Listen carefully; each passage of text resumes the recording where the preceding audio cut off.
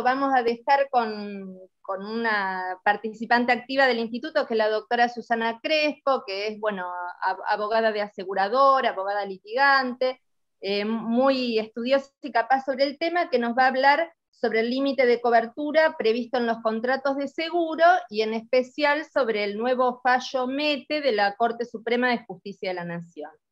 Bueno, Susana, todo tuyo para que empieces.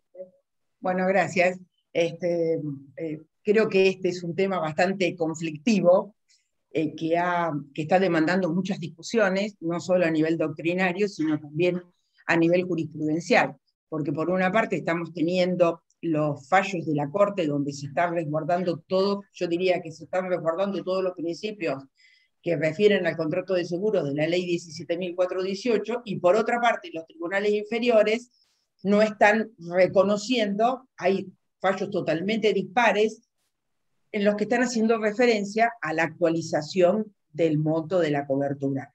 Y yo creo que todo esto está generando una injusticia muy grande, porque más allá que podamos decir que el monto de cobertura, si lo tomamos nominalmente y a montos históricos, puede provocar una injusticia, también es una cuestión injusta que se resuelvan de distinta manera situaciones que son totalmente análogas. Es decir, cuando yo después voy a hacer unos pequeños touch de algunos fallos de acá de Rosario, de Santa Fe y a nivel nacional, para que podamos comprender que tenemos que encontrarle alguna solución dentro del plexo normativo actual que tenemos, para que hasta que algún legislador se digne a cambiar estas leyes o cambiar algo, podamos tener algo que nos haga que seamos iguales todos, o sea, que todos los fallos que remitan a situaciones análogas tengan la misma solución. Bueno, fundamentalmente en el fallo METE, acá hay tres temas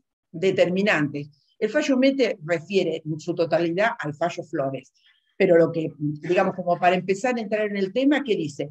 Que admite el límite de cobertura previsto en el contrato, que es oponible el límite de cobertura previsto en el contrato al tercero damnificado, y que la sentencia solo puede ser ejecutada contra la aseguradora dentro de los límites de la cobertura. Esos son los tres ítems fundamentales del fallo, que en realidad es una reiteración de Flores. Yo les adelanto algo que creo que, si bien el fallo Flores, el fallo Aymar, el fallo Buffoni, son todos que refieren al seguro de responsabilidad civil en automotor, algún seguro obligatorio, póliza básica obligatoria o seguro voluntario, RC voluntario, en realidad hay fallos tanto de la Corte como de los tribunales inferiores, y los tribunales inferiores tienen distintas soluciones, pero no solo para el seguro RC automotor, sino también para RC mala praxis, por ejemplo, hay una diferencia muy grande, o para los seguros escolares, o para los seguros integrales. Yo creo, y vuelvo a recalcar, que esta diferencia de resoluciones que se dan en los distintos tribunales están provocando fundamentalmente una inseguridad jurídica, que es una de las cosas que yo siempre digo que tenemos que trabajar los abogados, y que deberían trabajar los legisladores y deberían trabajar los jueces, para que exista seguridad jurídica, para que cuando estemos por la parte actora o estemos por la parte demandada, cuando alguien nos diga cómo va a salir este fallo, realmente cuánto es lo que voy a poder cobrar, podamos decirle. Porque a mí en la práctica tribunalicia que me estoy dando cuenta que incluso hay algunos casos que, aún estando por la parte demandada, se perjudica por la parte actora. Por ejemplo, en RC está pasando automotor que a veces nos encontramos sentencias donde está juicios donde por una parte está reclamando la víctima del hecho y por otra parte está reclamando una obra social o una RT y demás. Y entonces, si sumamos las dos coberturas, nos vamos en exceso. Entonces, a veces uno quiere transar, y claro, como en todo este momento estamos esperando a ver qué es lo que me va a decir la sala, o a ver qué es lo que me va a decir el tribunal, cuánto me va a autorizar la suma, termina a lo mejor el actor, el que realmente sufrió el perjuicio, sin poder transar un asunto, y se nos va a lo largo. Bueno, yo creo que aparte en todo esto, vuelvo a decir lo que creo que dije al principio, que acá se está violando el artículo 16 de la Constitución Nacional, porque ante situaciones análogas hay distintas distintos fallos. Yo creo que, y acá hay algo que leí alguna vez y que ahora me volvió. Vidar Campos dice, porque en este momento estamos teniendo un montón de planteos, estamos viendo planteos respecto a la inconstitucionalidad de la ley 23.928, de la 25.661, la de ley de emergencia económica. Incluso algunos están hablando del 765, el 766 del Código Civil, que también algunos doctrinarios están diciendo que ahí se estaría determinando la imposibilidad de indexar las deudas. Y Vidar Campos, le voy a leer exactamente lo que él dice, y a lo mejor lo voy a repetir más de una vez. Vidar Campos, en un artículo de la ley del año 2001, dijo que no hay nada tan inconstitucional como aplicar la misma ley en casos semejantes, haciendo de esa ley interpretaciones desiguales. Me pareció muy preciso y algo por lo que creo que tendríamos que pregar todos. Bueno, yo respecto al tema del límite de cobertura y la obligatoriedad, porque yo creo que acá, más que entrar en la cuestión doctrinaria, yo lo que pretendí en este momento, ir a los fallos de Mete, ir al fallo de Flores, que es el que está marcando Mete, y un pequeño salpicado de qué es la jurisprudencia actual, lo que son las deudas dinerarias, deudas de valor, que ahí sí hay diferencia en la doctrina, pero con el nuevo código yo creo que se ha determinado específicamente lo que era una creación jurisprudencial respecto a las deudas de valor. Antes las decían los jueces, pero ahora está en nuestro código, y una posibilidad de aplicar intereses sobre el monto de cobertura, que a lo mejor podríamos acomodar el plexo normativo de esa manera. Nuestra Corte, yo no he encontrado ningún fallo, y es más, lo busqué, no hay, la Corte Provincial no ha hecho ninguna, no ha intervenido en ninguna causa en recursos de inconstitucionalidad donde se discutirá el límite de cobertura. Es más, en las salas de nuestra jurisdicción yo no pude encontrar ningún fallo, salvo uno que hace tangencialmente referencia a este fallo, a pesar que me dijeron que hay algunos, pero bueno, no es lo mismo el sistema que tenemos para la publicación de los fallos o para poder acceder a los fallos que pasa en la provincia de Buenos Aires como pasa en Santa Fe. Pero lo real es que en todos los recursos de inconstitucionalidad que se le plantearon a la Corte Provincial, siempre ha confirmado los principios de la Corte Nacional, que para poder modificar los precedentes es necesario aportar nuevos argumentos que indiquen, que justifiquen modificar la situación sentada por el Superior Tribunal de la Nación, o sea, la Corte Suprema de Justicia de la Nación, en su carácter de intérprete final de la Constitución. Y yo me acordé de un fallo que tiene bastante tiempo, de nuestra Corte Provincial, y después voy al fallo de Mete, el fallo de Molina contra Bravo, donde el doctor Netri, era el tema de la franquicia, ¿se acuerdan todas las discusiones que hubo respecto a la franquicia? Donde el doctor Netri hacía todo un detalle de los precedentes que había de la Corte y fallaba, por supuesto, aceptando la franquicia en este caso. Y María Angélica Gastaldi, ella aportó un tema que a lo mejor quizás fue un poco discutido en el sentido de que se le tiraba, o sea, lo que yo pienso, que el Poder Legislativo, que la autoridad de aplicación es la que tiene que resolver ese tema y no dejarlo en manos de los jueces, donde ella dijo que sin perjuicio de la estricta aplicación de las reglas y principios que rigen los contratos, adhiera los fundamentos de Netri, porque ella hacía todo un análisis previo que decía que realmente hay muchos litigios en marcha en estos momentos y que habría que encontrarle una solución, pero que desde el punto de vista de los jueces, habría que aplicar los principios que rigen los contratos y los precedentes de la Corte.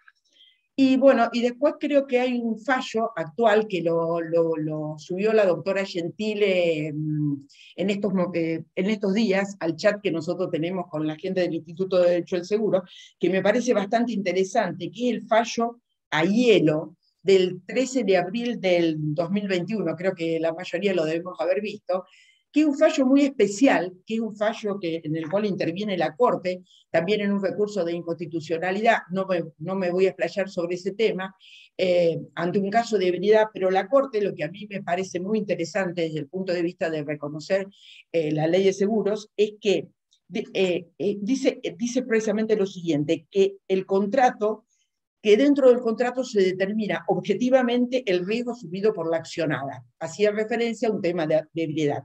Y también habla de la ecuación económica comprometida. Son dos temas que son fundamentales. Bueno, hecha esta breve introducción, vamos al tema del fallo Mete. El fallo Mete es muy cortito, o sea que por eso me voy a permitir leerlo, es del 11 de marzo del 2021, y yo creo que la Corte estaba tan de acuerdo en todo esto, que encima nosotros sabemos que siempre interviene el procurador dando un dictamen previo, y en este caso ni tan siquiera intervino el procurador. Lo voy a leer textualmente porque son 6 renglones la parte importante.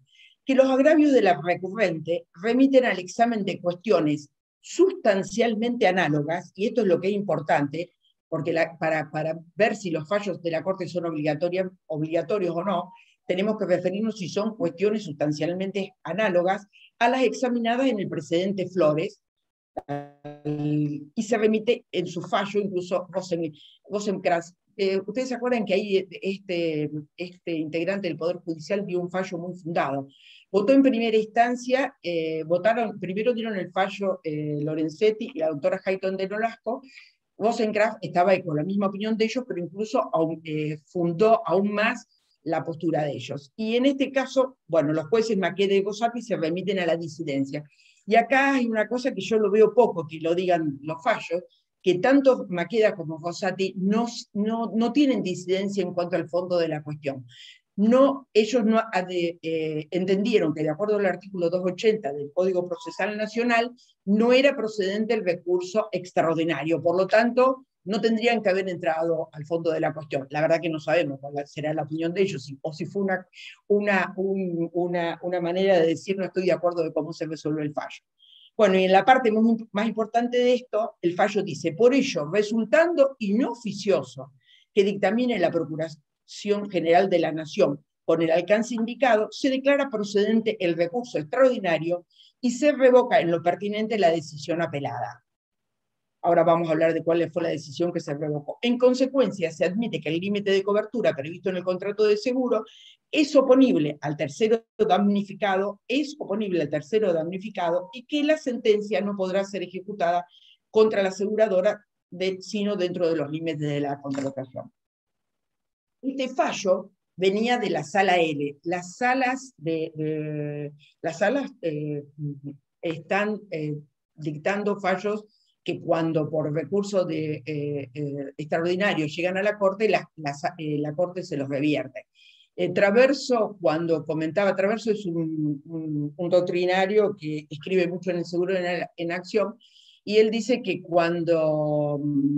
en un comentario que yo leí en algún momento cuando hizo del fallo Aymar, es decir, porque tenemos Flores, Aymar, él dijo expresamente que la Corte ya había tenido como 590 fallos en los que había hecho referencia a la obligatoriedad de los precedentes de la Corte y aparte al respeto de las cláusulas del contrato de seguro, pero que bueno, que los jueces de los tribunales inferiores no la respetaban, que había más de 590. Yo la verdad que no sé que haya tantos, pero hay muchos. Bueno, como les decía, este fallo viene de un tribunal colegiado, de un tribunal de primera instancia, en el cual declara inoponible a la víctima el límite de cobertura, y la Cámara, la Cámara Civil, la Sala L, dictamina de la misma manera. Son dos, yo algunos creo que se los pasé a Roberto, creo que le pasé el fallo que me lo pedía. ¿Qué tal? ¿Cómo estás, Roberto? ¿Cómo te va? Tenía que ver, esto es un seguro, un RC voluntario. Era un accidente de tránsito del año 2007, si mal no me ubico, donde había 2 juicios que estaban acumulados, uno era Sapia, y otro era Mete. Uno era el conductor del vehículo y otro era la pasajera transportada. Bueno, cuando se dicta la sentencia, en primera instancia, va en apelación a la Sala L.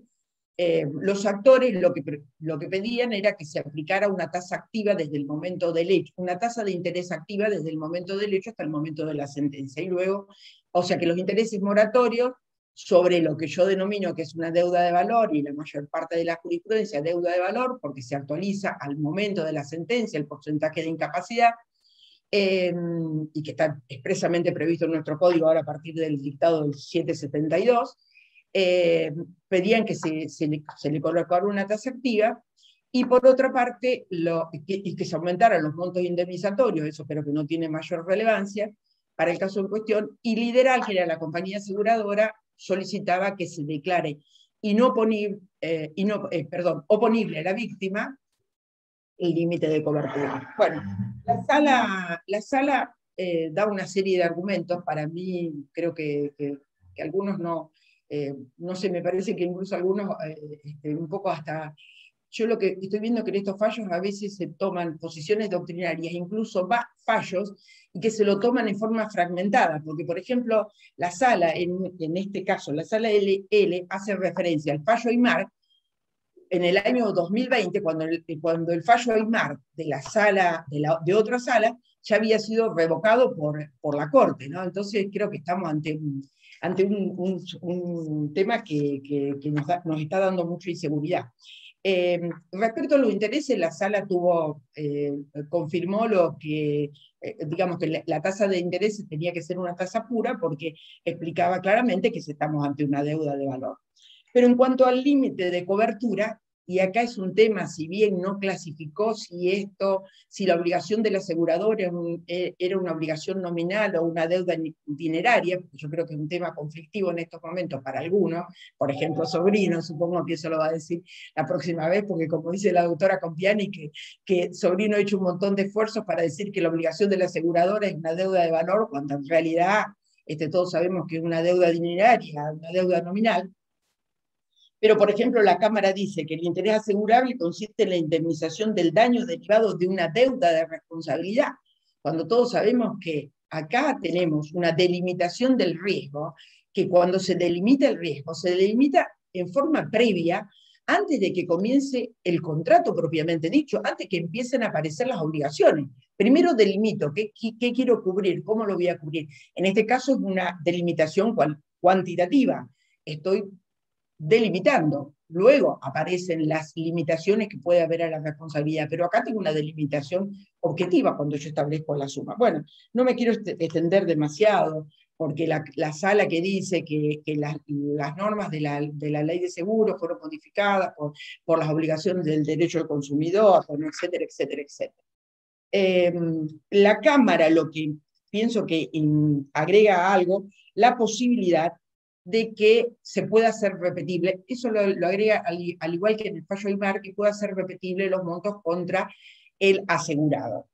Y hay una parte, porque como yo hago mucha referencia al tema, o por lo menos para mí me resulta bastante interesante que respetemos los fallos de la Corte, si bien es cierto lo que decía Susana respecto que se está tapando algo, pero porque yo creo que no hay que poner en cabeza de los jueces que se resuelva esto, sino en cabeza del Poder Legislativo, y que tenemos que tener de alguna manera una seguridad jurídica, aunque sea quizás una situación injusta, pero la función social del seguro no se puede poner en cabeza de las aseguradoras, sino se debe poner en función de ciertas instituciones que la tiene que armar el Poder Legislativo, para que no queden ilícitos o daños sin la debida compensación.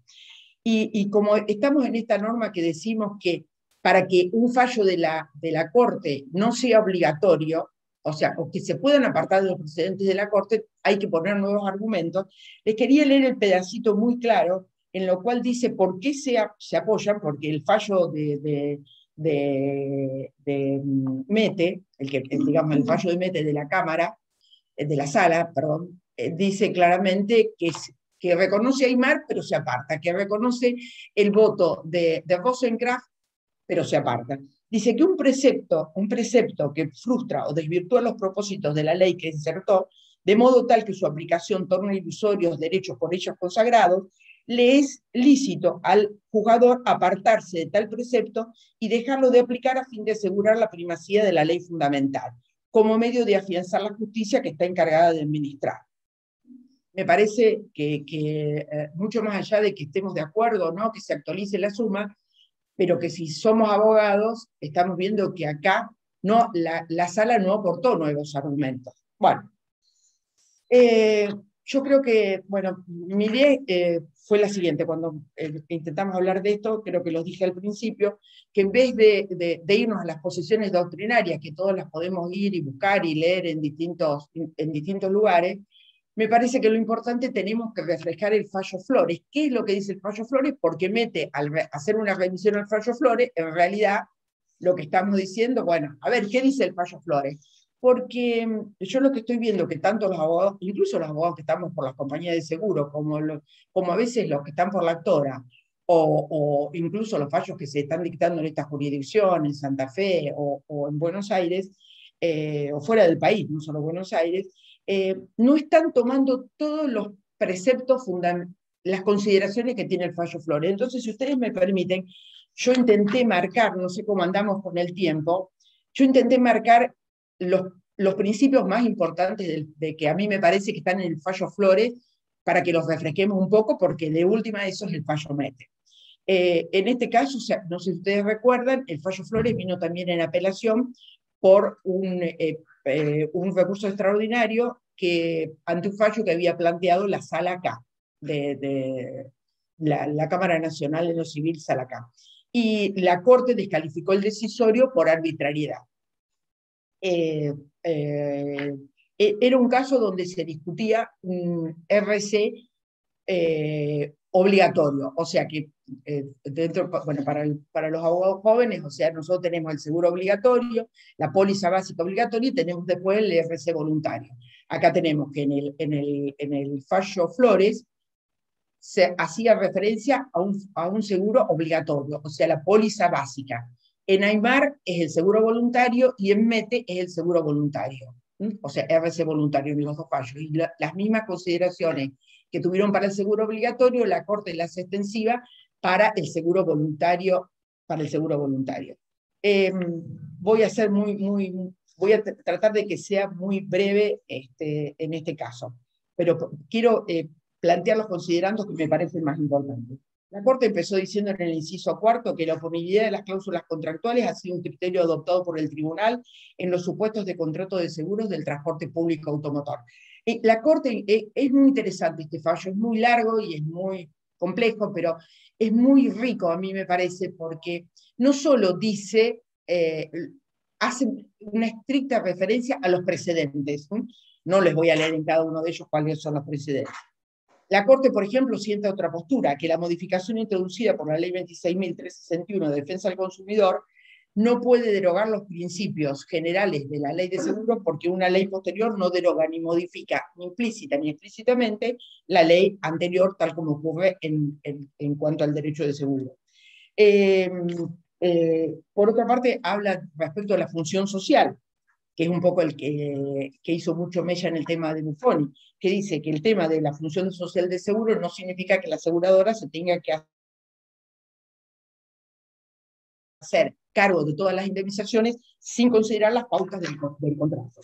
Hacen una estricta referencia a los artículos 109 y 118 de la Ley de Seguro, donde dice exactamente qué dice y que hace que en ninguna hipótesis, tanto la ley el artículo 109 como el artículo 118 refieren a que debe ser una indemnización integral al actor, sino que dicen claramente que la sentencia que se dicte solo puede hacer cosa juzgada respecto al asegurador en la medida del seguro, ejecutable contra él solamente en la medida del seguro. Después, quiero tratar de poner las cosas más interesantes que me pareció. La Corte dice en el inciso 10 que los contratos tienen efecto entre las partes contratantes y no pueden beneficiar ni perjudicar a terceros, excepto en los casos previstos en la ley. Esto porque en algunos fallos de baja instancia que se está diciendo que el contrato que se confecciona entre el asegurado y el asegurador prevé el tercero. La Corte que dice claramente que la relación entre el asegurador y el actor está previsto por la ley, por el instituto de la citación que el actor puede hacer en forma directa, pero no significa que el actor o el damnificado sea parte en el juicio. Y un tema que me parece bastante interesante es que la Corte dice, en este mismo fallo, que el contrato de seguros debe ser interpretado en toda su integridad, que no resulta voy a decirlo textualmente, no resulta aceptable fraccionar lo convenido únicamente para acatar las estipulaciones que favorecen al tercero damnificado y desechar otras que ponen límites a la obligación del asegurador. Después hace para mí un análisis doctrinario bastante importante en cuanto refiere las dos diferentes obligaciones que existen. O sea, la obligación que une al asegurado con el asegurador, que tiene que ver con el contrato, y la relación que existe entre el asegurado y el tercero damnificado, que tiene una obligación legal por un supuesto hecho ilícito, por un débito de responsabilidad. Y aclara perfectamente que en ambas obligaciones son diferentes los sujetos, son diferentes los objetos, y son diferentes las obligaciones y diferentes las causas, fundamentalmente.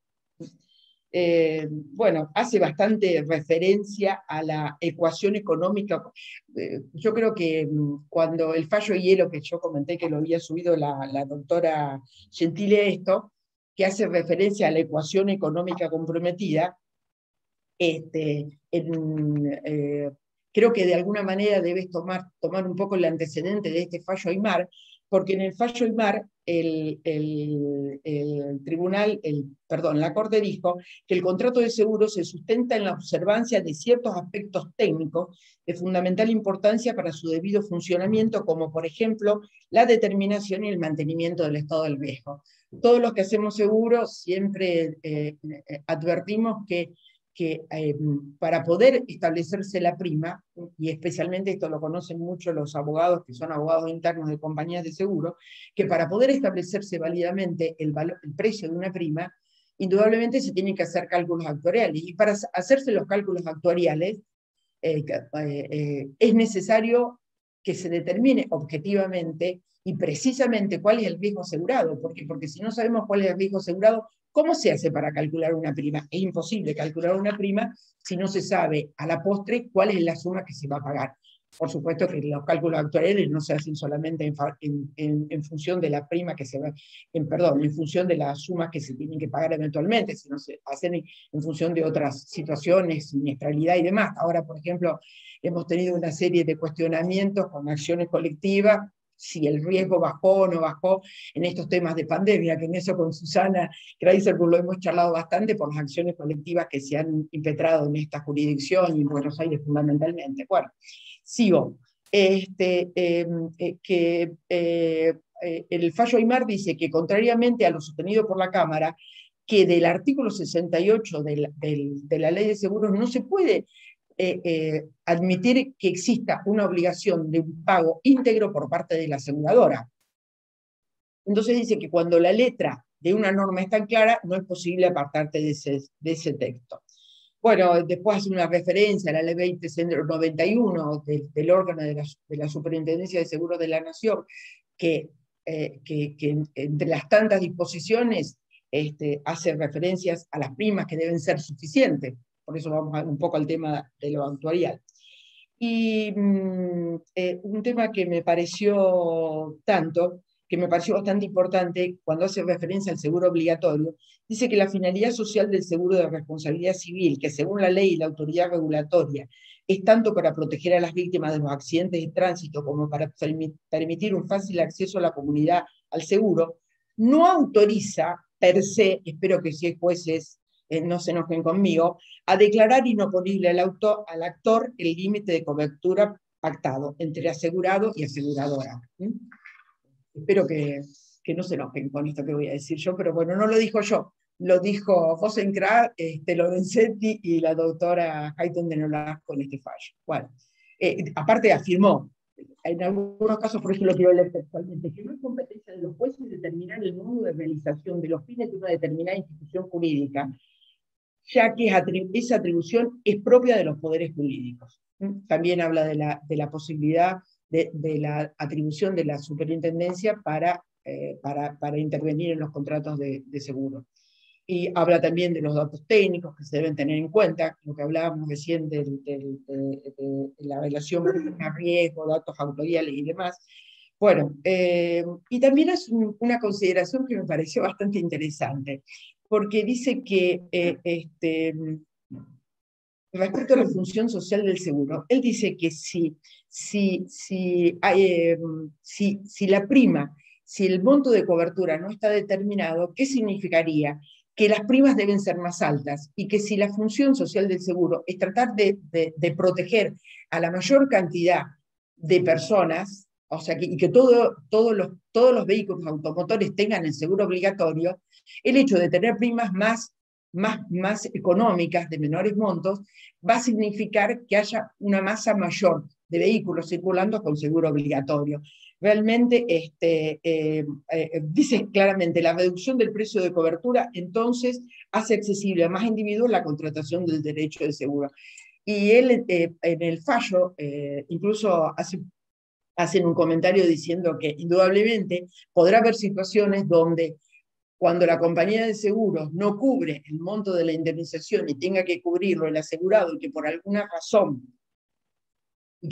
razón no lo pueda cubrir por insolvencia y demás, que eso no autorizaría como para modificar lo que es las cláusulas del contrato de seguro. Bueno, las pólizas más caras, estoy tratando de hacer lo más importante. Y después respecto a otra cosa bastante interesante, es respecto a las indemnizaciones. Él dice que por qué no pueden existir una indemnización tarifadas, cuando en el derecho aeronáutico, en el derecho de la navegación tenemos, hay varias hipótesis donde hay indemnizaciones tarifadas. ¿Por qué no puede existir en el derecho del seguro en RC automotor?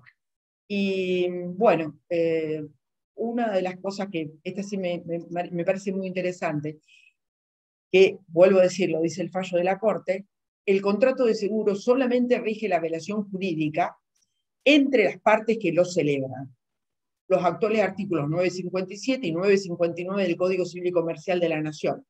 Y que la víctima de un daño es un tercero en relación al contrato firmado entre la aseguradora y quien causó el daño, en tanto no fue parte de ese contrato. El contrato entonces no puede perjudicar a la víctima, pero tampoco podría beneficiarla más allá de sus términos y de lo dispuesto en las normas aplicables.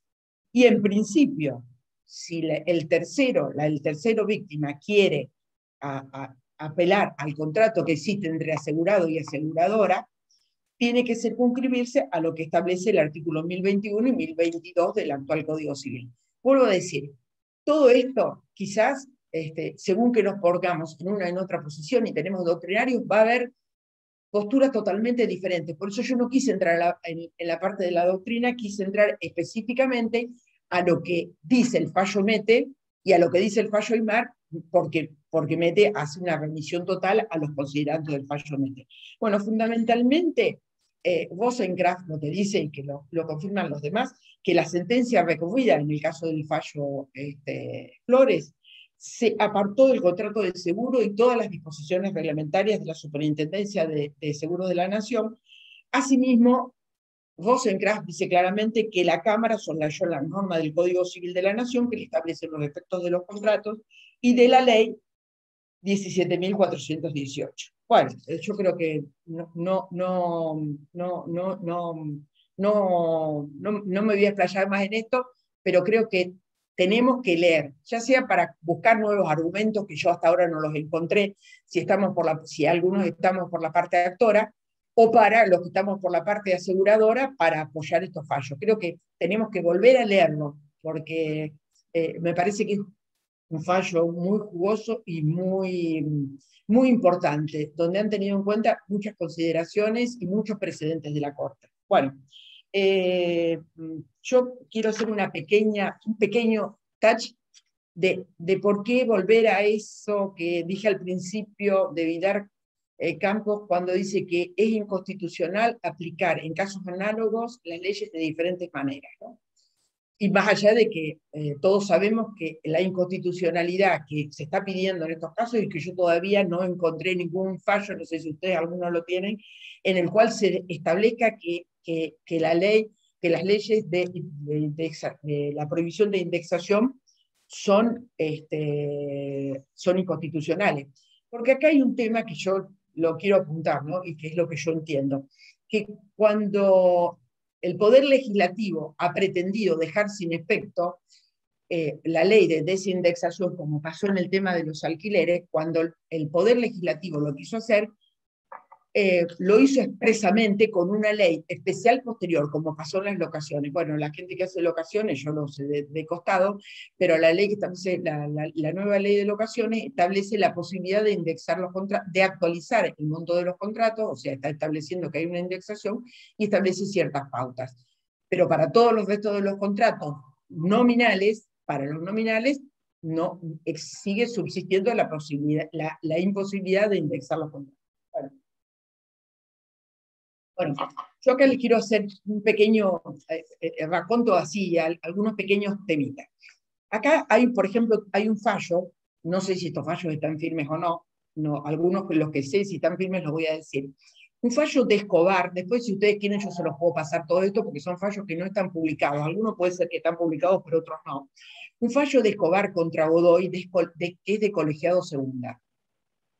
Porque acá hay un tema, bueno, que yo no lo voy a tocar en esto, es, más allá de la discusión de si aceptamos o no aceptamos el límite de cobertura, es el momento procesal en el que el límite de cobertura se tiene que discutir.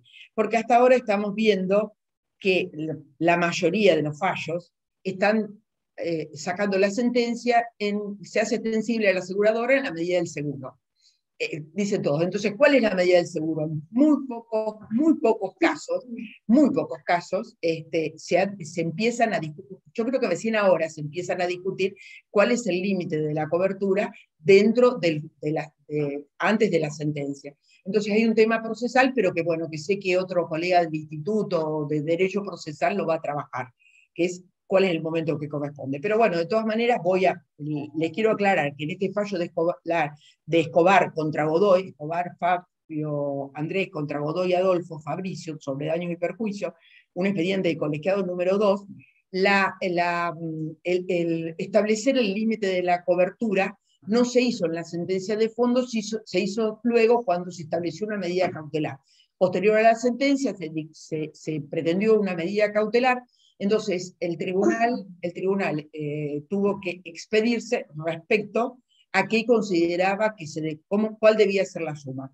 En este caso, el tribunal, una solución bastante especial, que la podemos aceptar o no, pero yo la voy a remitir, aceptaba el límite de cobertura como deuda dineraria, pero imponía a la aseguradora el pago de los intereses totales.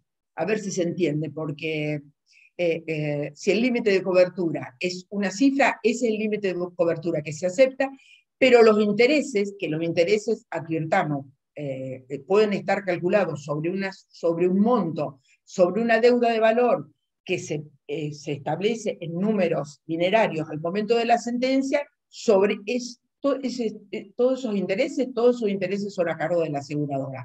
Es una posición muy especial, pero bueno, es la posición del tribunal. No sé si está firme este fallo o no. Y después el colegiado, voy a hablar dos del colegiado sexta, hay uno muy interesante, el colegiado sexta, que a mí me gusta este fallo, que creo que podría tomarse de alguna manera, tanto en cuanto consideremos las deudas de valor y las deudas nominales, o las deudas dinerarias, donde también se estableció en fecha posterior, o sea, cuando es un juicio de mala praxis, se llama Luis María contra el Sanatorio de la Prida, y había dos aseguradoras intervinientes, Compañía de Seguros Sociedad Anónima y Seguros Médicos Sociedad Anónima. No sé si hay alguno de los colegas que pueden haber intervenido, que estén ahora en el Zoom, donde el actor y la asegurada, que era el Sanatorio de la Prida y un médico, plantearon en forma posterior a la sentencia cuáles eran los intereses, o sea, se discutió si había precluido o no la posibilidad de establecer cuál era el límite de cobertura y los intereses. Y el colegiado, con un voto del doctor Aguirre, era juez de trámite del doctor Aguirre, dio un fallo bastante interesante, que quizás puede ser cuestionado, pero por lo menos es interesante, en el cual estableció que a la aseguradora se le debía establecer sobre el monto de cobertura, se le respetaba el monto de cobertura, pero se le establecía una tasa mix entre la activa y la pasiva del Banco del Banco de Santa Fe sobre el monto de cobertura. O sea, que sobre la deuda de valor que tenía, a la cual estaba condenado los demandados, se establecía la tasa pura, creo que era del 8%. pero sobre el monto de la cobertura, de la suma de la cobertura, se establecía más allá de los intereses punitorios en caso de incumplimiento. Es una solución que me parece que es la que hoy, dentro del plexo normativo que tenemos, y sin irnos de los precedentes de la Corte, y sin irnos sin que se decrete la inconstitucionalidad, que hasta ahora no se ha decretado la inconstitucionalidad de las leyes que rigen la imposibilidad de indexar, se podría tener en cuenta. Bueno, después tenemos dos fallos de distrito también en mala praxis. Yo trabajo bastante en mala praxis, porque en una época se aseguraba mucho mala praxis en la compañía con la cual yo trabajo, y ahora sigo vinculado a algunos sanatorios.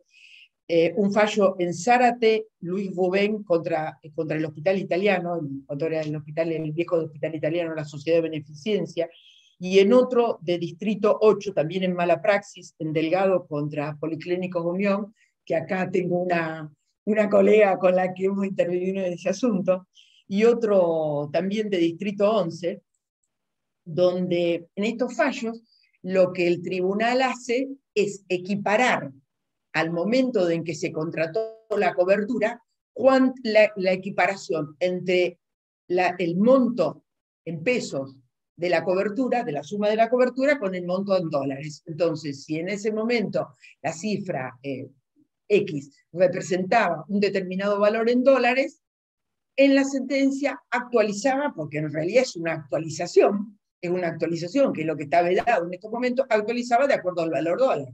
Más allá de que la compañía de seguros, convengamos, habrá comprado dólares, no habrá comprado dólares, pero vuelvo a decir, yo no quiero entrar en la justicia o injusticia, quiero entrar en la legalidad, o sea, quiero hacer referencia a la legalidad, y creo que no es legal que se establezca en estos momentos que establezcamos una paridad de esa manera, es mi opinión, ¿no es cierto? Bueno, el de Distrito 11 es un fallo Torres, Eduardo contra Social.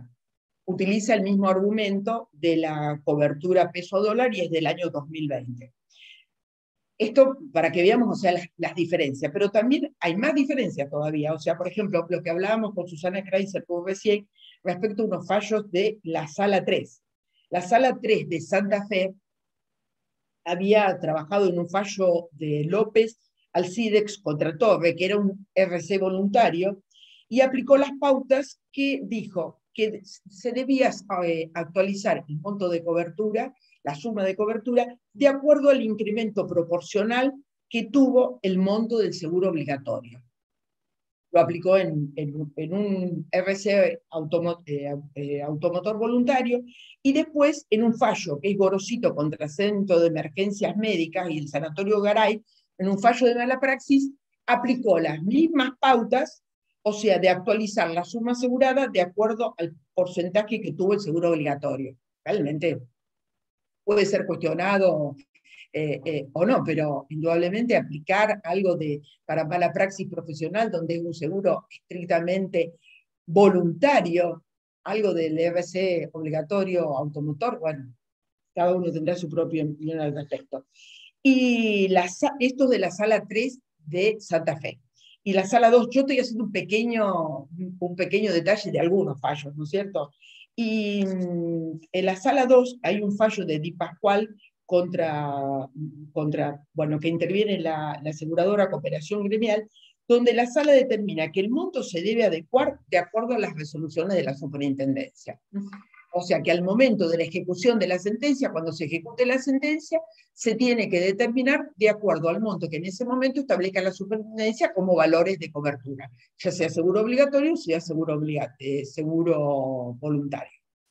Y hay otro fallo todavía para que vean que las soluciones son las más dispares, un fallo que es de la Cámara de Apelaciones en lo Civil Comercial de Pergamino, en un caso Bretauer Sergio contra Iñiguez sobre daño y perjuicio, donde que dice que se debe actualizar la suma asegurada de acuerdo a la variación porcentual que experimentó el precio de la prima por el seguro contratado entre la fecha del hecho y la fecha de la sentencia.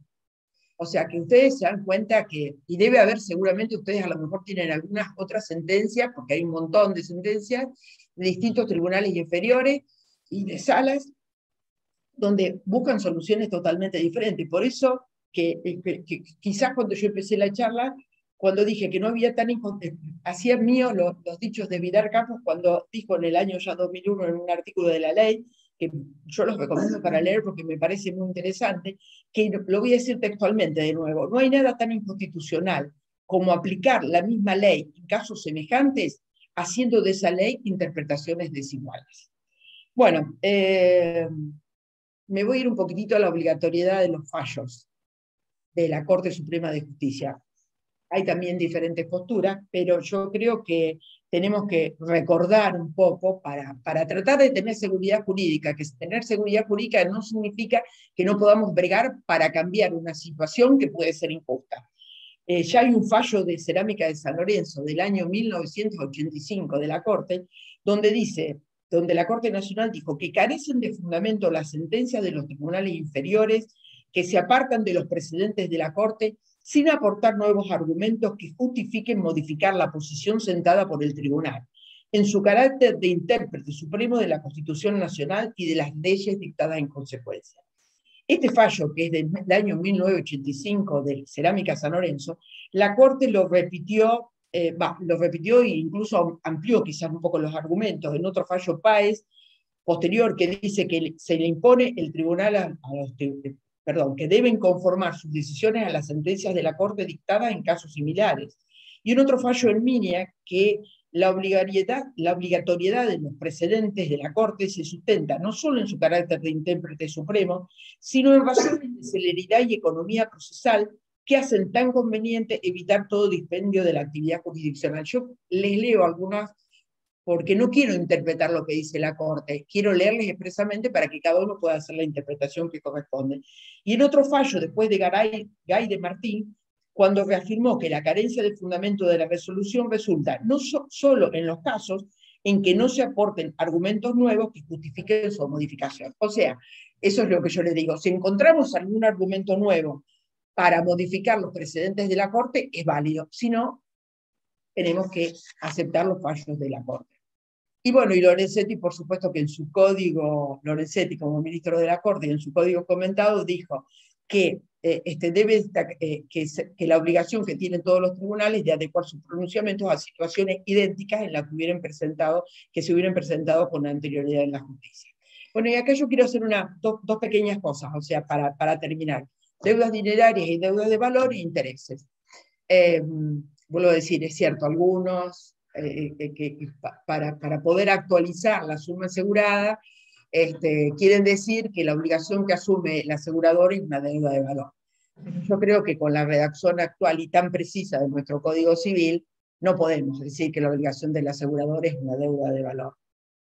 El artículo 765 del Código establece muy claramente que es una deuda dineraria, cuando dice que la obligación, que es una deuda dineraria, y la obligación es de dar dinero si el deudor debe cierta cantidad de moneda determinable al momento de constitución de la obligación. O sea que cuando se determina el límite cuantitativo del contrato, el asegurador que dice, te respondo por 1 millón, te respondo por 2 millones, te respondo por 100.000. Ahí se está estableciendo el límite cuantitativo. O sea que yo entiendo que no podemos bajo ningún punto de vista decir que la deuda, la obligación que tiene el asegurador es una deuda de valor. Y la deuda de valor no estaba, como creo que dije en algún momento, no estaba tipificada anteriormente, no estaba prevista en el ordenamiento, fue una creación jurisprudencial, pero el artículo 772 de nuestro actual Código Civil la estableció muy expresamente y lo voy a leer. Cuando dijo en la primera parte, cuantificación de un valor. Si la deuda consiste en cierto valor, el monto resultante deberá referirse al valor real al momento que corresponda a tomar en cuenta para la evaluación de la deuda. Y Ricardo Lorenzetti, en el comentario del Código, dice que la deuda de valor es aquella en que el objeto es un bien, que es medido por el dinero, lo que se debe entonces es un valor y el dinero no es el objeto, sino es el modo de pagar. O sea que yo creo que en este momento no podemos entrar a hacer disquisiciones de acuerdo a los fallos de la Corte respecto a si la obligación del asegurador es una deuda dineraria o es una deuda de valor. Realmente la obligación del asegurador es una deuda dineraria, porque se comprometió con un determinado monto, y la deuda del asegurado es una deuda de valor porque está obedeciendo a la responsabilidad que tiene, a la obligación que tiene a partir de la ley por haber cometido un hecho ilícito o por tener un débito de responsabilidad. Y bueno, y acá quiero aportar algo que a lo mejor puede ser, ¿cuál puede ser la solución? Que algunos lo planteamos. Para estar dentro de la ley de seguros y para estar dentro de lo que se establece como una obligación dineraria. En la ley de seguros, si bien la ley de seguros no establece específicamente la obligación de pagar intereses, los intereses siempre son un accesorio del capital. O sea que no podemos hablar que sea, a mi criterio, inconstitucional aplicar intereses a la suma asegurada, aún en el caso que sean diferenciales a los que se aplica sobre la deuda de valor, atento a que es un accesorio del capital. Y ustedes fíjense que si nos vamos a la norma de las leyes de seguro, en el artículo 56 se establece que el asegurador, dentro del plazo de 30 días, tiene que determinar si en los seguros si acepta o no acepta el seguro o si declina su responsabilidad. Posteriormente, el artículo 49 habla de que en los seguros patrimoniales el asegurador tiene que dentro de los 15 días pagar. O sea que se está estableciendo. Y el artículo 51, y en el 51 se establece la posibilidad de una mora, estoy hablando muy en general, podríamos estipularlo más, pero en el artículo 50 de la Ley de Seguros establece expresamente, bueno, no lo tengo acá presente, que es nulo el convenio que exonere de pagar intereses moratorios al asegurador. O sea que el asegurador puede pagar los intereses moratorios. Por eso, cuando hablábamos al principio con Susana Kreiserboom respecto a algunas opiniones, de algunas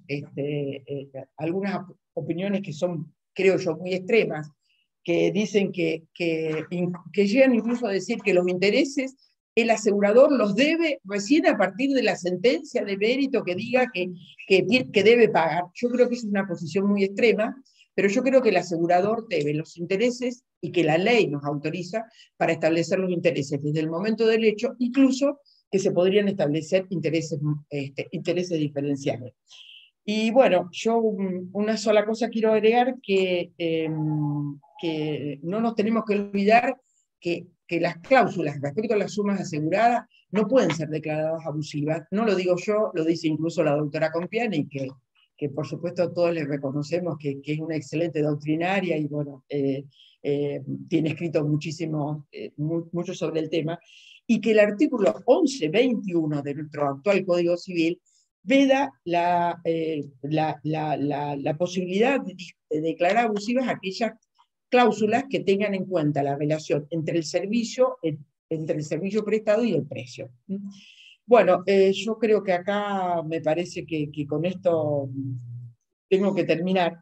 Solamente quería repetirles algo porque, bueno, yo tengo mi opinión humilde y uno siempre trata de leer a aquellas personas que tienen una gran trayectoria en el tema. Por eso creo que hay un artículo muy interesante de la doctora Compiani, publicado en el año 2019 en la revista Responsabilidad Civil y Seguro, donde da las distintas posibilidades de cómo se podría solucionar este tema, pero ella específicamente hace la referencia a que es el Poder Legislativo, y me voy a permitir decir que lo deseable sería encontrar solución dentro del ámbito legislativo que permita paliar el efecto inflacionario en general en materia de seguros y en especial en responsabilidad civil.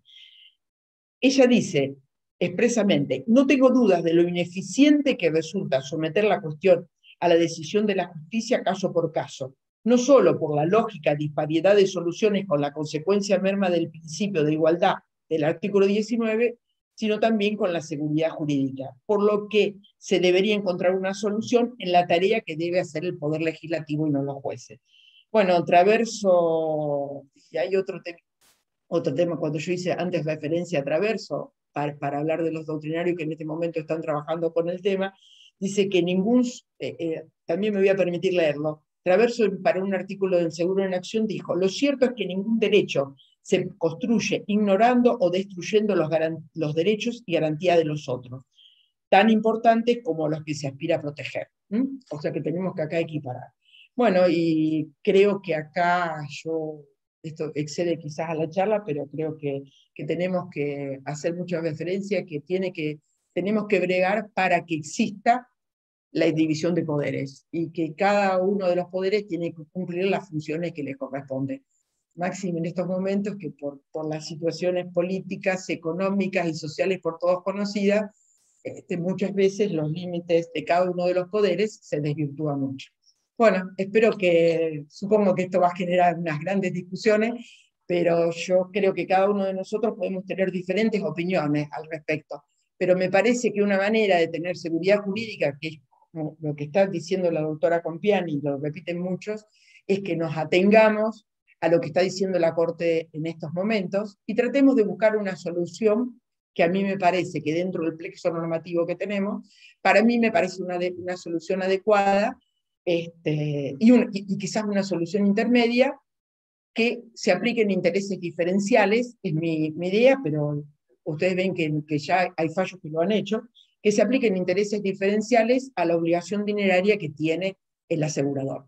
Bueno, cualquier cosa que quieran los fallos, yo tengo acá una pilita de fallos que los traje, los tengo algunos impresos, otros no impresos, pero al que les interese se los puedo pasar. ¿Puedo decir algo? Por Sí, supuesto. ¿puedo decir algo? Sí, por supuesto. Muy buena tu exposición, hiciste un buen pantallazo de las diferentes opiniones y de los fallos, por lo menos de esta provincia y de la Corte. Pero yo quería hacer mención a algo que a mí me llamó la atención cuando lo escuché, que en una charla de Fabiana, en el cual ella concluía lo que vos decís, pero hacía referencia que la Corte convalidó la constitucionalidad de la prohibición de indexar. Cito un fallo que se llama Mazzolo Alberto contra Transportes del Tejar. Esto es del 20 de abril de 2010. Reconozco que la situación fue cambiando a partir, ya han pasado más de 10 años. Pero ella también hacía referencia en esa misma charla que si bien la Corte de alguna forma señalaba, convalidaba la no actualización, la prohibición de actualizar, dice que la Corte, en una acordada de 2014, había señalado que lo que prohíbe dicha legislación es la actualización utilizando índice de precio, más no la adecuación de un monto, en el caso la determinación del monto mínimo que condicionaba la admisibilidad de la apelación ordinaria ante el tribunal, consultando elementos objetivos. Con lo cual hacía un reconocimiento que si bien no utilizando índices de precios, sí se podían utilizar elementos objetivos. Y agregaba que la circunstancia de tener que cumplir con ese cometido, prescindiendo, como lo prescribe el artículo 10 de la ley 23.928, de toda fórmula matemática fundada en la actualización monetaria, repotenciación, indexación, no exime al tribunal de consultar elementos objetivos de ponderación de la realidad que den lugar a un resultado razonablemente sostenible. Esto es una acordada de la Corte de 2014, en lo cual aumentó, no utilizó índice, pero utilizó algunas otras comparaciones, lo que algunos fallos están queriendo hacer ahora. No utilizan índices, pero utilizan comparaciones, como los fallos que comparan el valor actual del límite de cobertura. Digamos, yo creo que son todos estos recursos que utilizan para poder hacer un poco de justicia. De cualquier forma, comparto plenamente lo que vos decís, que la solución más justa es la legislativa. Pero bueno, también estamos esperando hace unos cuantos años una verdadera ley de seguro obligatorio. Y no llega. ¿Y cuántos años hace? Estamos esperando esa ley y nos seguimos rigiendo por un esquelético artículo dentro de la ley de tránsito. No sé, es todo un tema esto. Yo no soy partidaria del límite de cobertura, pero también reconozco que se dan muchas injusticias y que el propio asegurado se siente estafado porque no entiende por qué no le va a cubrir si él viene pagando el seguro desde siempre y es una situación muy complicada. Por lo menos esa es mi opinión, que alguna solución hay que buscarle. ¿Puedo opinar un poquito sobre el tema? ¿Cómo no? Bueno, yo escribí un artículo, que no sé qué habrán pasado con los artículos de la revista. Ya hace 2 años escribí un artículo que se llama, porque supongo que se va a publicar de alguna manera, el tema de la abusividad sobreviviente. Es decir, hay una póliza de seguros, y en ese artículo yo daba un ejemplo, que era de un caso donde el límite de cobertura en un seguro de mala praxis era de 500.000 pesos. La póliza era del año 2005 y se inicia un pleito por el monto de la cobertura. La sentencia Cámara se produce en el año 2019. Y el monto de la sentencia de daños materiales y daño moral, daño extrapatrimonial, era de 5 millones de pesos. En ese momento el monto de la demanda era un monto similar al monto de la cobertura.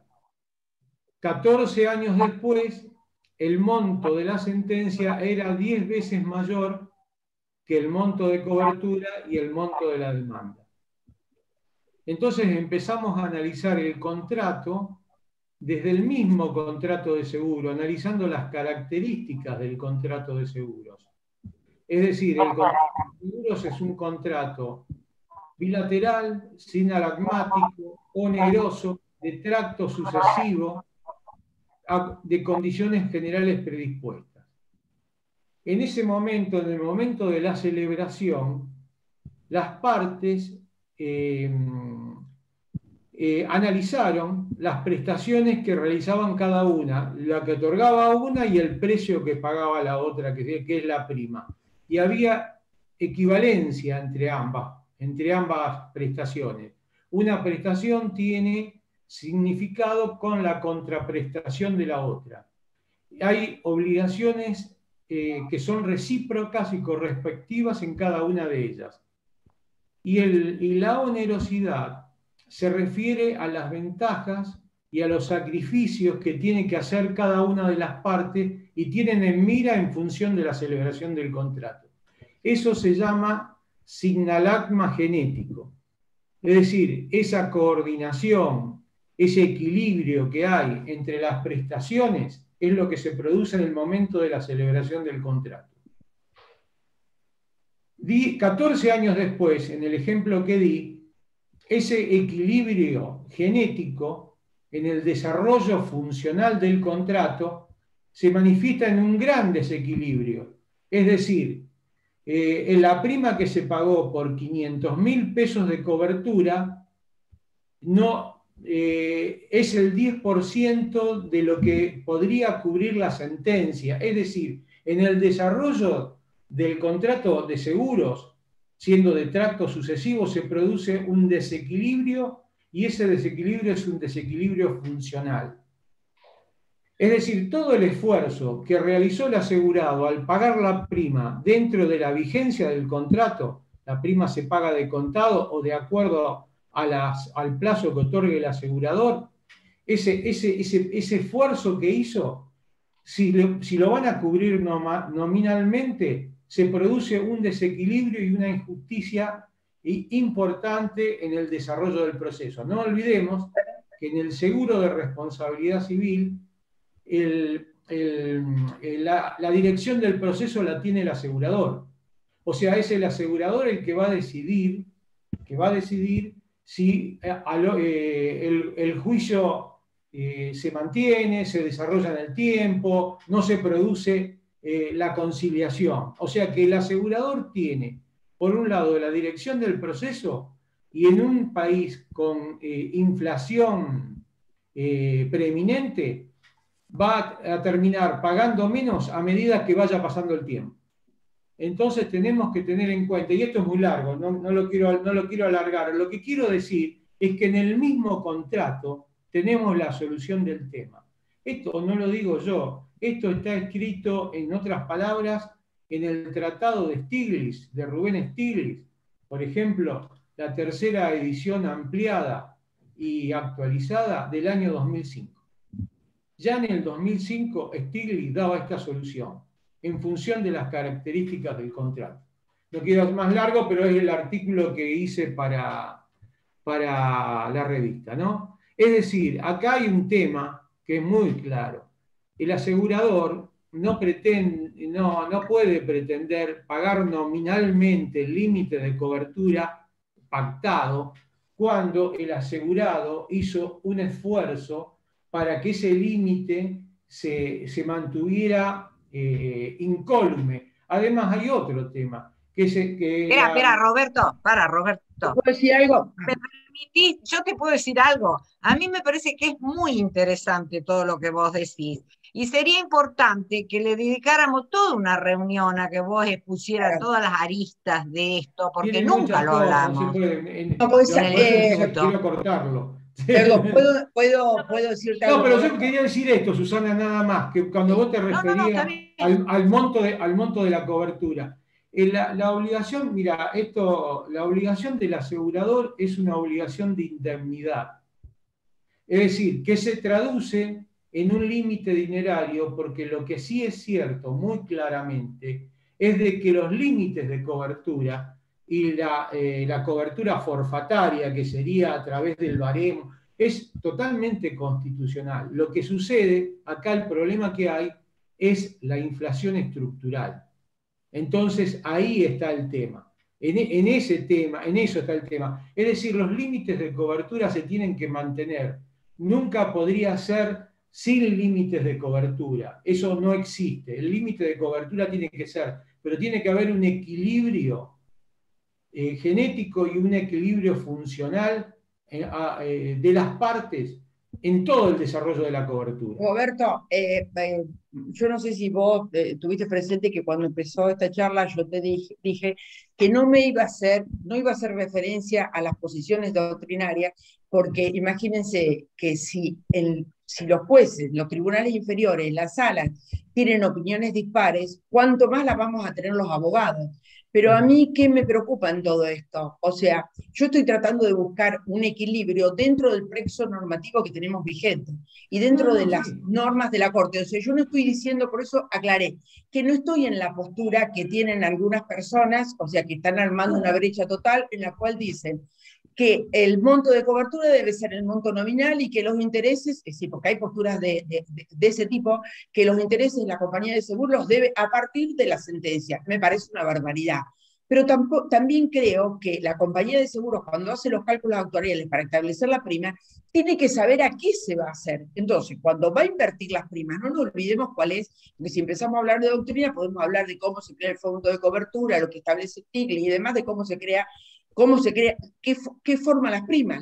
Las primas forman la base con la cual se van a hacer efectivos los riesgos que existen. Ahora, pues yo lo tengo claro, nosotros, Susana, por eso entonces yo diciendo... creo que dentro, por eso yo lo que te decía, que a mí me parece que una posición ajustada a derecho, sin que, y más allá que el día de mañana se cambie todo esto, que breguemos para que se cambie, pero para que tengamos seguridad jurídica, para que si vos estás por el lado del actor, estás por el lado de la compañía de seguros, estás por el lado del asegurado, saber que el monto de cobertura se va a ajustar, por algo no ajustar, se van a establecer intereses. O sea, la compañía de seguros no pagó cuando correspondía, perfecto, le ponemos intereses, y eso me lo permite la ley de seguros, me lo permite el Código Civil, me lo permite la ley de indexación y me permite los precedentes de la Corte. O sea, yo lo que trato de buscar en todo esto es algo que nos dé seguridad, porque cuando vos le tenés que decir a un actor cuánto va a cobrar, o cuando le tenés que decir a una compañía de seguros cuánto va a terminar pagando, ¿qué seguridad jurídica tenemos ahí? No tenemos ninguna seguridad jurídica. Entonces, más allá de que breguemos, ¿se entiende lo que yo te quiero decir, Roberto? Yo tampoco hablo del modo de de establecer ese límite, actualizarlo, no actualizarlo. Bueno, yo estuve mirando la ley. Hay un problema con la ley de convertibilidad, creo que es el artículo 7 y el 10 de la ley de convertibilidad. Tiene tantas modificaciones y se modifican para tantas cosas, cuando verdaderamente la Corte lo que quiere mantener, quiere con una ley toda Bueno, pero emparchada, por eso yo dije tratar de claramente, mitigar la inflación. Eso no se va a conseguir nunca porque bueno, la inflación es un fenómeno económico y monetario, no es jurídico. bueno, pero por eso yo te dije, Roberto, expresamente, que cuando el legislador ha querido modificar, como pasó en la ley de alquileres, modificó y dijo que no resultaba operable la ley de indexación. Lo modificó Y así expresamente ponemos y un parche estableció. en cada cosa, y bueno, así no funciona. Susana, Bueno, sí, perdón, pero- Susana, una pregunta. ¿Cuáles intereses te parecerían a vos que podrían llegar a cubrir el perjuicio que puede tener el asegurado o no, Sí, indirectamente la víctima? yo creo que como estableció el colegiado Sexta, una tasa mix entre la tasa pasiva o la tasa activa podría ser, y quizás en algunos casos hasta podría ser una tasa activa. Yo coincido, Susana, una excelente charla, coincido con todo lo que vos decís, coincido que la Corte refrendó la constitucionalidad de la imposibilidad de indexar.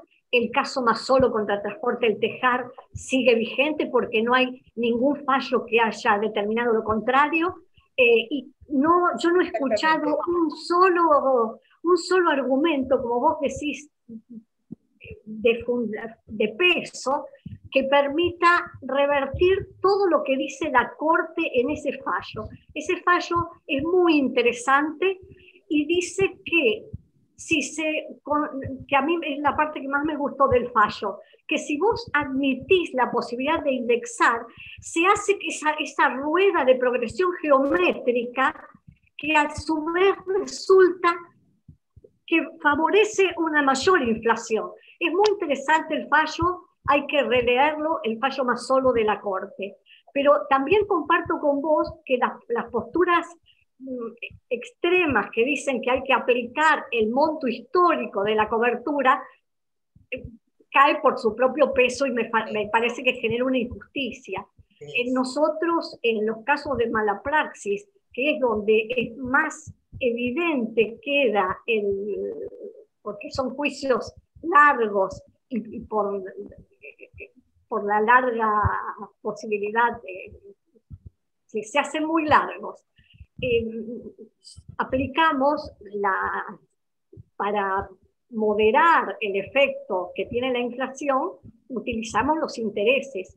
A mí me parece, en mi opinión personal, es lo que más tenemos a mano, el instrumento que más tenemos a mano para poder actualizarlo.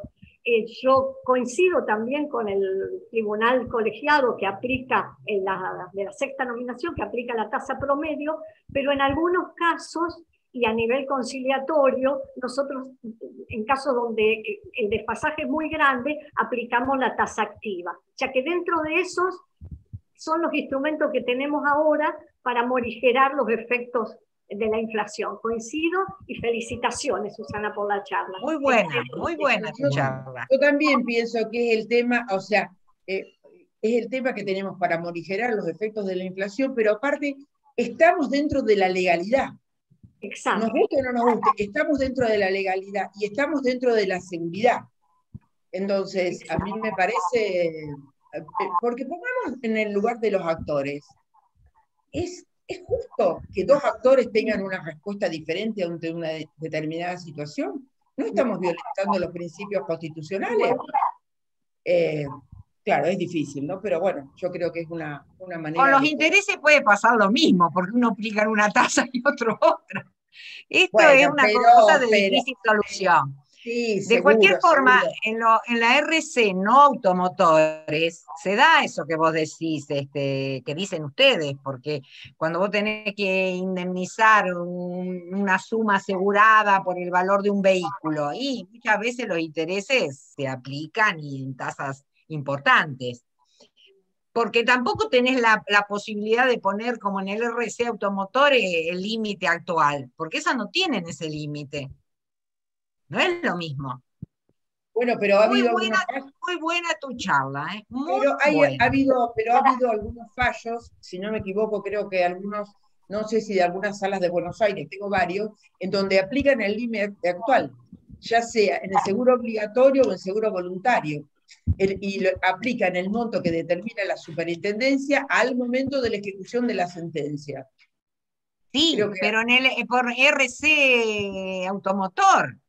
en Yo RC te Automotor. digo a los otros, Ah, sí. los que no son, Bueno, los que no fíjense son que hay RC uno, Automotor. hay uno de Santa Fe que aplica la variación que tuvo RC Automotor a un juicio de mala praxis. Es Ese es medio. un tema bastante difícil, ¿no? Sí, es cierto, coincido con vos, Susana, que los intereses tampoco nos va a dar un equilibrio perfecto en que dos Tal, casos se resuelven pero de la por lo misma menos manera. Pero no va a violenta afectar menos la ley. Claro. No sé Aparte, creo no que sé ahí si está ustedes como la recuerdan, discrecionalidad del juez, que si ve que una compañía de seguro litigó necesariamente un tema, bueno, aplicará tasa activa, como decía María del Carmen, buscando el equilibrio. Siempre vamos a tener las pequeñas diferencias, ¿no? Pero a mí me parece que la solución dentro del plexo normativo actual es la mejor solución que podemos conseguir, ¿no? no, les quería comentar que no sé si recuerdan que la Caja Forense hará 2 años aproximadamente hizo un estudio de las tasas respecto a la inflación y vio que la tasa activa sumada era inferior a la inflación, o sea que si la activa sumada es inferior, hay que hablar del promedio entre activa y pasiva, que es algo como para tener en cuenta lo de las tasas que se usan, ¿no es cierto?, en el tribunal. Tampoco refleja. Claro. Sí, tampoco va a reflejar de la misma manera que todos los que nosotros litigamos, o sea, vemos que los colegiados, por ejemplo, están trabajando con esas famosas tablitas donde se establece cuánto es la evaluación, el valor del punto de incapacidad en caso de accidentes automotores o también en mala praxis. Tampoco refleja quizás ese punto de incapacidad que los tribunales están utilizando, la diferencia que ha tenido que ha existido a partir del proceso inflacionario. Pero bueno, creo que achicamos un poco las diferencias, que me parece que eso es lo importante, ¿no? ¿Alguien más quiere hacer algún comentario? Porque si no daríamos por concluida la charla, que por supuesto estuvo muy interesante y es un tema que suscita mucha polémica, y bueno, y comparto con lo que dicen los demás, que estaría bueno, Roberto, que también pudieras hablar sobre ese tema, que es muy interesante verlo desde el Sí, de punto todos vista. modos es sobre el mismo tema, ¿no? Es un artículo que yo escribí hace, no sé, 2 años, 3 años ya, y que quedó ahí en el freezer. Lo que quiero decir sobre eso el artículo se basaba en las características y naturaleza del contrato y que la resolución estaba dentro del contrato mismo. Después, si se aplica intereses, si se aplica la tasa activa, la pasiva, si es la resolución de la superintendencia, es otro tema. El tema era que lo que no se podía cristalizar nominalmente el monto de cobertura. Y creo que sobre eso estamos todos de acuerdo.